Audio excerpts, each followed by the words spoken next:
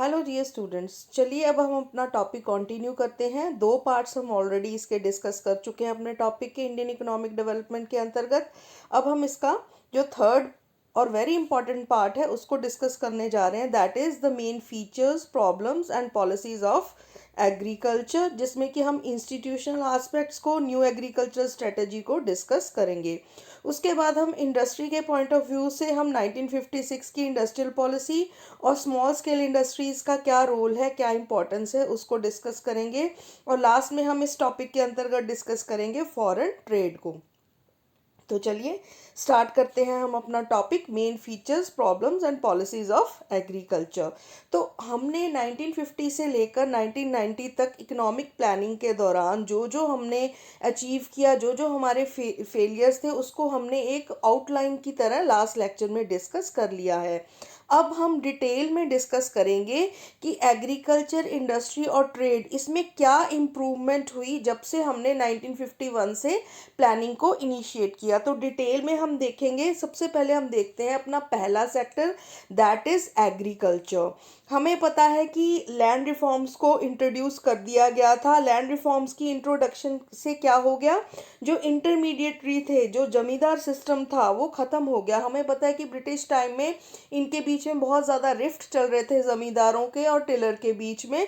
तो सरकार ने सबसे पहले ये जो गैप था इसको ख़त्म किया, ताकि जो ज़मींदार हैं उनकी एक्सप्लॉयटेशन ख़त्म हो सके, उनके द्वारा की जाने वाली एक्सप्लॉयटेशन ख़त्म हो सके। किसको एक्सप्लॉयट करते थे वो? फार्मर्स को एक्सप्लॉयट करते थे।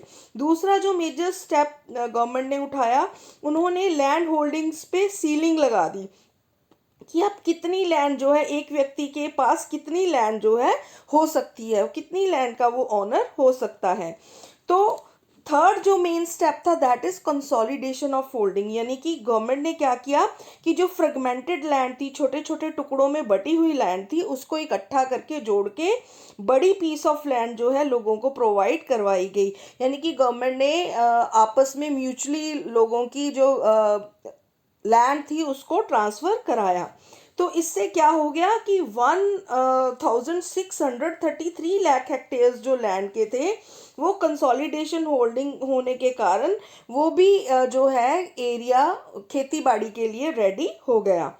उसके बाद सरकार ने जो है रेंट को रेगुलेट किया, ताकि एक्सप्लॉयटेशन रोकी जा सके, जो टिलर्स हैं उनकी एक्सप्लॉयटेशन। और कोऑपरेटिव फार्मिंग को भी सरकार ने बढ़ावा दिया। कोऑपरेटिव फार्मिंग के अंतर्गत क्या होता है कि जब छोटे छोटे ग्रुप्स बनाकर जो फार्मर्स हैं वो इम्प्लीमेंट्स को खरीद सकते हैं, जिससे कि क्या होगा कि वो उनको पूरे के पूरे इम्प्लीमेंट्स का खर्चा नहीं उठाना पड़ेगा, और बारी बारी अपने खेत में अपनी ज़रूरत के अकॉर्डिंगली उन ट्रैक्टर्स का, उन थ्रेशर्स का, या उन जो भी इम्प्लीमेंट्स है उनका इस्तेमाल बारी बारी कर सकते हैं। कोऑपरेटिव का मतलब एक साथ इकट्ठे मिलके काम करना।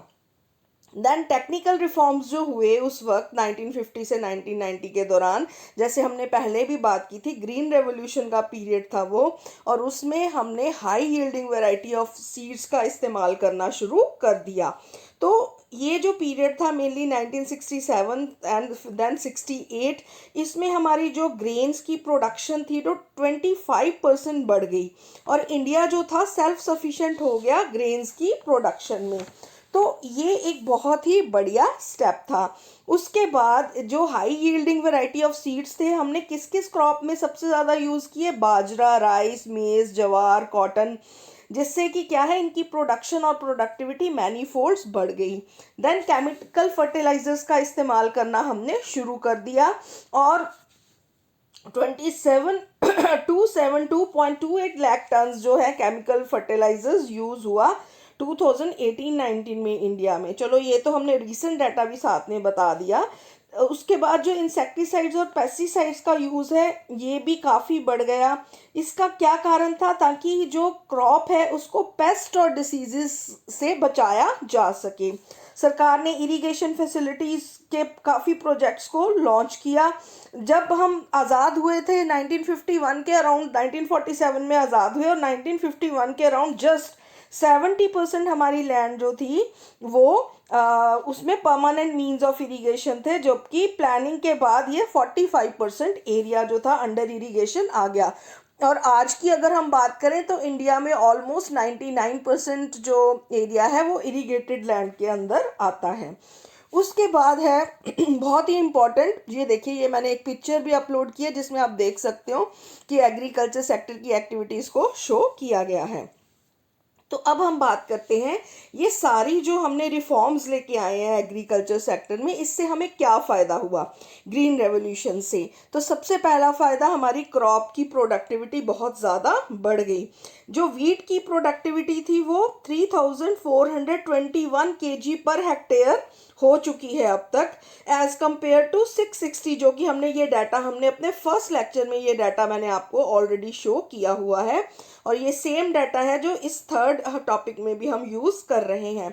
एक बात का आपने ध्यान रखना है, जब भी आप इंडियन इकोनॉमी के किसी भी टॉपिक को अटेम्प्ट करते हो तो आपने ये याद रखना है कि सेम डाटा आप बहुत सारी जगह पे इस्तेमाल कर सकते हो। जैसे कि एग्रीकल्चर सेक्टर में जब हमने प्रोडक्टिविटी की बात की, तो यहाँ पे भी एग्रीकल्चर से रिलेटेड ही लैंड रिफॉर्म्स की और टेक्निकल रिफॉर्म्स की बात हो रही है, तो यहाँ पे भी आप सेम डाटा का इस्तेमाल कर सकते हैं। सिमिलरली हमारी जो राइज इन एकरेज है, एरिया अंडर कल्टीवेशन है, ये भी बहुत ज़्यादा तेज़ी से बढ़ा इस समय के दौरान। सिमिलरली हम सब्सिस्टेंस फार्मिंग से कमर्शियल फार्मिंग हमने करनी स्टार्ट कर दी, यानी कि कैश क्रॉप्स भी हमने अपनी इच्छा से अपनी मर्जी से जो है डेवलप करनी शुरू की। सिमिलरली हम क्रॉप मोनोकल्चर जो था हमारा, उससे थोड़ा बहुत बाहर आने की कोशिश की, लेकिन इस टाइम पीरियड में मेनली वीट मेज का ही क्रॉप मोनोकल्चर जो था वो डोमिनेटिंग था। उसके बाद जो फार्मर्स की आउटलुक थी, सोच थी, वो भी काफ़ी बदली। वो भी सब्सिस्टेंस से ऊपर हटके कमर्शियल लेवल पर जो खेती बाड़ी है वो करने के बारे में उसने सोचना शुरू किया। सिमिलरली फूड ग्रेन प्रोडक्शन में भी हम सेल्फ सफिशिएंट हो गए। इवन हमारे पास स्टॉक, बफर स्टॉक भी हमारे पास रहने लगा, ताकि जब हमें इन फ्यूचर कोई प्रॉब्लम आए तो हमारे पास सफिशिएंट अमाउंट ऑफ ग्रेन्स जो है अपने पास होने ज़रूरी है। अब हम बात करेंगे कि क्या कमियां रह गई ग्रीन रेवोल्यूशन में। पहले तो जैसे मैंने अभी बताया, क्रॉप मोनोकल्चर में ही रह गए, वीट और मेज सबसे ज़्यादा इसमें फ़ायदा हुआ। बाकी जो क्रॉप्स थी, कमर्शियल क्रॉप्स थी, उसमें ज़्यादा सिग्निफिकेंट इंक्रीज़ नहीं हुआ। इवन दालें वगैरह इसकी प्रोडक्शन में, शुगर केन में भी हमें अच्छा मिला था राइस, लेकिन काफ़ी अदर कैश क्रॉप्स में हम थोड़ा पीछे रह गए। सिमिलरली ये अनइवन स्प्रेड था, क्योंकि ये पंजाब, हरियाणा, महाराष्ट्र और तमिलनाडु में तो इसने बहुत अच्छा इम्पैक्ट डाला, लेकिन यूपी, बिहार, मध्य प्रदेश, ओडिशा, इसमें ये ज़्यादा अच्छा जो रिजल्ट है ग्रीन रेवोल्यूशन शो नहीं कर पाया। सिमिलरली इसमें जो फार्मिंग पॉपुलेशन है वो लिमिटेड ही इसका फ़ायदा उठा सकी, और ज़्यादा बड़े जो फार्मर्स थे वही इसका फ़ायदा उठा सके। जो मार्जिनल और स्मॉल फार्मर्स थे वो इसका ज़्यादा फ़ायदा नहीं उठा सके, और इसमें भी फिर रिच और पुअर के बीच में गैप थोड़ा सा बढ़ गया, क्योंकि रिच फार्मर्स ने इसके लिए ज़्यादा फ़ायदा उठा सका। और एक जो कंट्रोवर्सी भी राइज हुई, that is regarding the subsidy, कि गवर्नमेंट को सब्सिडी देनी चाहिए या नहीं देनी चाहिए, क्योंकि अगर सब्सिडी का फ़ायदा बड़े किसान ही उठा रहे हैं तो ऐसी सब्सिडी देने का क्या फ़ायदा। तो उसके रिगार्डिंग भी कुछ जो है कंट्रोवर्सीज अराइज हुई, क्योंकि इससे हमें फ्री में चीज़ें मिलने की भी आदत जो है लग सकती है। अब हम बात कर रहे हैं बहुत ही important sector, that is industry. जैसे कि हमें पता है कि ब्रिटिश टाइम में तो हमारी इंडस्ट्री की डेवलपमेंट ना के बराबर ही थी। तो 1950 से 1990 में हमने काफ़ी इसमें डेवलपमेंट की इस सेक्टर में। और क्यों ज़रूरत थी इस सेक्टर की, जैसे कि हमें पता है कि ये हमारे पास बेसिक और हैवी इंडस्ट्रीज़ की बहुत ज़्यादा कमी थी, और महानोबिस ने भी इस चीज़ को हाईलाइट करते हुए तभी सेकंड 5 ईयर प्लान में बेसिक और हैवी इंडस्ट्रीज़ पे इम्पोर्टेंस दी। तो हमारे पास कैपिटल की कमी के होने के कारण, पूंजी की कमी के होने के कारण हम इंडस्ट्रीज़ की ज़्यादा डेवलपमेंट नहीं कर पाए। तभी ये डिसाइड किया गया सेकंड 5 ईयर प्लान में कि अगर हमने इकोनॉमी की ग्रोथ को एक्सेलरेट करना है तो हमें इंडस्ट्रियल ग्रोथ पर ध्यान देना ही पड़ेगा। और जो प्राइवेट इन्वेस्टर है वो आगे नहीं आ रहा था इस क्षेत्र में इन्वेस्ट करने के लिए, क्योंकि लॉन्ग जेस्टेशन पीरियड है, जो हमें प्रॉफिट्स हैं वो जल्दी कहीं इसमें से नहीं मिलेंगे, तो काफ़ी सालों के बाद ही प्रॉफिट्स मिलने शुरू होने हैं। तो इसलिए इस सेक्टर को में गवर्नमेंट का जो है रोल बहुत ही इम्पॉर्टेंट हो जाता है, कि इस सेक्टर की डेवलपमेंट तभी पॉसिबल थी जब सरकार आगे आए और बड़े बड़े स्टेप्स उठाए इकोनॉमी में इंडस्ट्रियल ग्रोथ को करने के लिए। तो जो इंडस्ट्रियल डेवलपमेंट है, जो इंडस्ट्रियल ग्रोथ है, ये 1948 से ये सिलसिला स्टार्ट हो गया था। और जो नई हमारी इंडस्ट्रियल पॉलिसी रेजोल्यूशन है वो हमारा 1956 में जो थी leading role of the state, जिसमें स्टेट के रोल को बहुत ही इम्पोर्टेंस दी गई कि कैसे हमने इंडस्ट्रीज़ में जो पब्लिक सेक्टर एंटरप्राइजेस हैं उसमें की जो अटॉमिक एनर्जी है, डिफेंस है, रेलवेज है, इस पे जो इसको पब्लिक अंडरटेकिंग्स के अंदर ही रखना है और इसको डेवलप करना है। और दूसरा, इसमें प्राइवेट सेक्टर का भी बहुत इंपॉर्टेंट रोल इसमें बताया गया कि पब्लिक के साथ साथ प्राइवेट सेक्टर भी जो आएगा और वो भी इंडस्ट्रियल डेवलपमेंट में अपना जो है योगदान देगा। इसके लिए इंडस्ट्री लाइसेंसिंग लेनी पड़ेगी प्राइवेट सेक्टर को, यानी कि कुछ मेजर इंडस्ट्रीज में अगर वो निवेश करना चाहते हैं तो उनको उसके लिए आकर लाइसेंस लेना पड़ेगा। सिमिलरली गवर्नमेंट ने इंडस्ट्रियल कंसेशंस भी दिए प्राइवेट एंटरप्रेन्योर्स को। क्यों दिए गए? ताकि वो बैकवर्ड रीजन्स में इन इंडस्ट्रीज़ को डेवलप किया जाए। सिमिलरली टैक्स हॉलीडेज भी दिए गए, यानी कि टैक्स पेमेंट से उनको फ्री किया गया। और सब्सिडीज़ भी दी गई पावर सप्लाई में, और काफ़ी कंसेशंस जो हैं वो दिए गए। अब सबसे बड़ी बात कि लार्ज स्केल इंडस्ट्रीज़ की ज़रूरत थी हमें एक बेस डेवलप करने के लिए इकोनॉमी में, ताकि इकोनॉमी की ग्रोथ एक्सेलरेट हो सके। लेकिन स्मॉल स्केल इंडस्ट्री भी बहुत इम्पॉर्टेंट पार्ट प्ले करती है हमारी इंडियन इकोनॉमी के लिए। क्यों? क्योंकि यहाँ पे पॉपुलेशन बहुत ज़्यादा है और जनरली हम लेबर इंटेंसिव टेक्नोलॉजी का इस्तेमाल करते हैं। तो उस वक्त जो अगर हम आज के दौर में देखें तो जो स्मॉल स्केल यूनिट है, अगर 10 करोड़ तक इन्वेस्टमेंट हो रही है, लेस देन 10 करोड़ और टर्नओवर 50 करोड़ के आसपास से कम है, तो हम उसको स्मॉल स्केल इंडस्ट्री बोलते हैं। लेकिन उस वक्त 1951 में ये ऐसा नहीं था। अगर 5 लाख तक की इन्वेस्टमेंट हो रही है तो हम उसको स्मॉल स्केल इंडस्ट्री बोलते थे। और स्मॉल स्केल इंडस्ट्रीज को रूरल सेक्टर में डेवलप करने के लिए कार्वे कमेटी एक बनाई गई, जिसको कि village and small scale industries committee भी बोला जाता है। ये कार्वे कमेटी 1955 में बनी थी।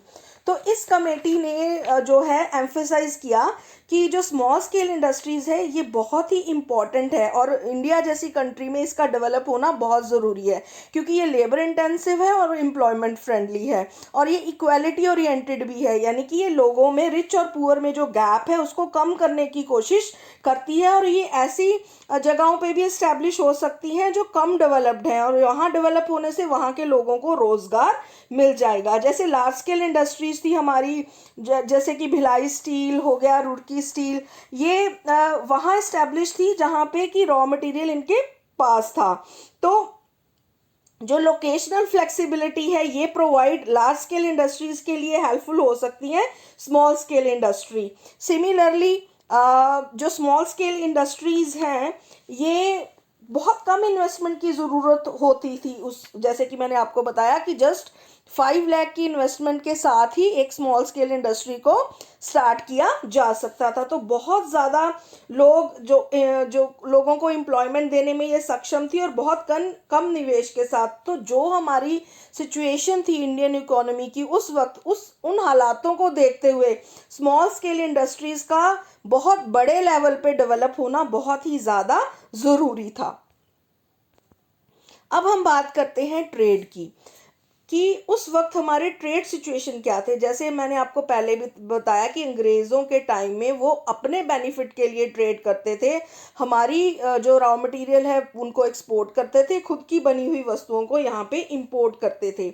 लेकिन फिर अब हमने क्या किया, हमने इंपोर्ट सब्स्टिट्यूशन की पॉलिसी को अपनाया कि हम ऐसा करें कि जो चीज़ें हम बाहर से मंगवाते हैं उनको हम अपने देश में ही बनाने की कोशिश करें। इसका मकसद क्या था कि हम अपनी डोमेस्टिक इंडस्ट्री को भी प्रोटेक्ट कर सकते हैं इंटरनेशनल कंपटीशन से, प्लस यहाँ पे रहने वाले लोगों को इंपोर्ट सब्स्टिट्यूशन के साथ साथ ज़्यादा एम्प्लॉयमेंट अपॉर्चुनिटीज़ भी दे सकते हैं। तो इंपोर्ट सब्स्टिट्यूशन की स्ट्रेटजी तो जो थी, ये मेन स्ट्रेटजी थी हमारी प्लानिंग पीरियड के दौरान। तो इससे फॉरेन एक्सचेंज भी सेव हो जाता है और डोमेस्टिक प्रोडक्शन भी बढ़ जाती है। तो एक्सपोर्ट प्रमोशन को भी अडॉप्ट किया गया, लेकिन ज़्यादा इंपोर्ट सब्स्टिट्यूशन पर ध्यान दिया गया।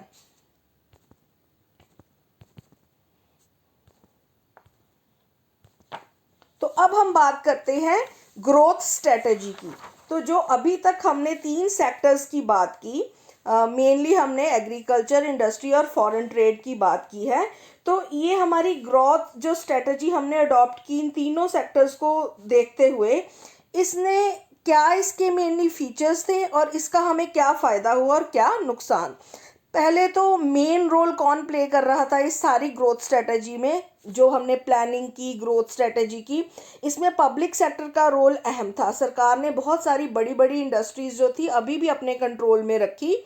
प्राइवेट सेक्टर जो था वो सेकेंडरी था, लेकिन प्राइवेट सेक्टर का भी एक्टिव रोल था, लेकिन वो दूसरे नंबर पे था।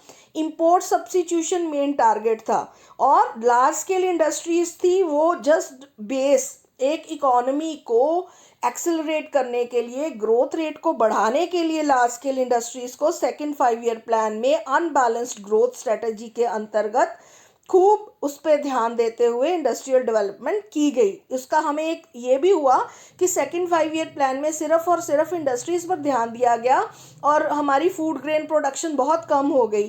दैट्स वाई हमने प्लान हॉलीडे लिया था 1966 से 1969 में, जिसमें कि हमने ग्रीन रेवोल्यूशन की पॉलिसी को अडॉप्ट किया ताकि प्रोडक्टिविटी को मैनी फोल्ड्स बढ़ाया जा सके और जो हमारे देश में भूखमरी का जो सिचुएशन अराइज हुई है उसको ख़त्म किया जा सके और इनफ बफर स्टॉक इकट्ठा किया जा सके फूड ग्रेन प्रोडक्शन का। तो स्मॉल स्केल इंडस्ट्रीज़ को भी डेवलप किया गया इस ग्रोथ स्ट्रेटजी के अंतर्गत, जैसे कि अभी मैंने डिटेल में बताया, ताकि एम्प्लॉयमेंट को भी बढ़ाया जा सके और रिच और पुअर के गैप को भी कम किया जा सके। अब इस ग्रोथ स्ट्रेटजी का अच्छा जो प्रभाव है वो क्या हुआ, हमारी ग्रोथ रेट बढ़ गई। जैसे कि मैंने पहले भी बताया 5.8% के करीब हमारी ग्रोथ रेट हो गई। और अभी अगर हम रिसेंटली देखें तो अभी भी हमारी डबल डिजिट को भी ग्रोथ रेट को अचीव किया था हमारी इंडियन इकोनॉमी ने, और अभी भी फिलहाल हम 7-8% की ग्रोथ रेट के अराउंड हैं। तो सिमिलरली इंडस्ट्रियल बेस हमारा डाइवर्सिफाइड हो गया, लार्ज स्केल और स्मॉल स्केल दोनों ही इंडस्ट्रीज़ को हम डेवलप करने में कामयाब हो गए और एम्प्लॉयमेंट और अपॉर्चुनिटीज़ भी हमारी बढ़ गई। लेकिन कुछ बैड इफ़ेक्ट भी हुए। क्या हुआ, एक्सेसिव डोमिनेंस हो गया पब्लिक सेक्टर का और प्राइवेट सेक्टर का रोल निग्लिजिबल हुआ। लेकिन ये स्टार्टिंग की बात हो रही है। अब अगर हम देखें तो प्राइवेटाइजेशन की पॉलिसी और न्यू इकोनॉमिक रिफॉर्म्स के बाद पब्लिक सेक्टर का रोल कम होता जा रहा है और प्राइवेट का बढ़ता जा रहा है। सिमिलरली बहुत सारे डेड सोशल वेट का कुछ ऐसी पब्लिक सेक्टर अंडरटेकिंग्स थी कि जो कोई प्रोग्रेस नहीं शो कर रही थी और जस्ट वो एक जरिया बनी हुई थी इन्वेस्टमेंट को सोक करने का। और जो लाइसेंसिंग पॉलिसी थी ये भी काफ़ी, इसमें हर्डल्स आती थी, रेड टेपिज्म भी था। तो ये सारी दिक्कतें थी और कंपटीशन की भी काफ़ी कमी थी क्योंकि पब्लिक सेक्टर जो था ज़्यादा डोमिनेटिंग था। So this is all about our topic. अब next topic and last topic है जो अब हमारे इस यूनिट का, वो अभी हम कुछ ब्रेक के बाद उसको भी डिस्कस करेंगे, that is economic reform since 1991। तो अभी के लिए इतना ही, थैंक यू।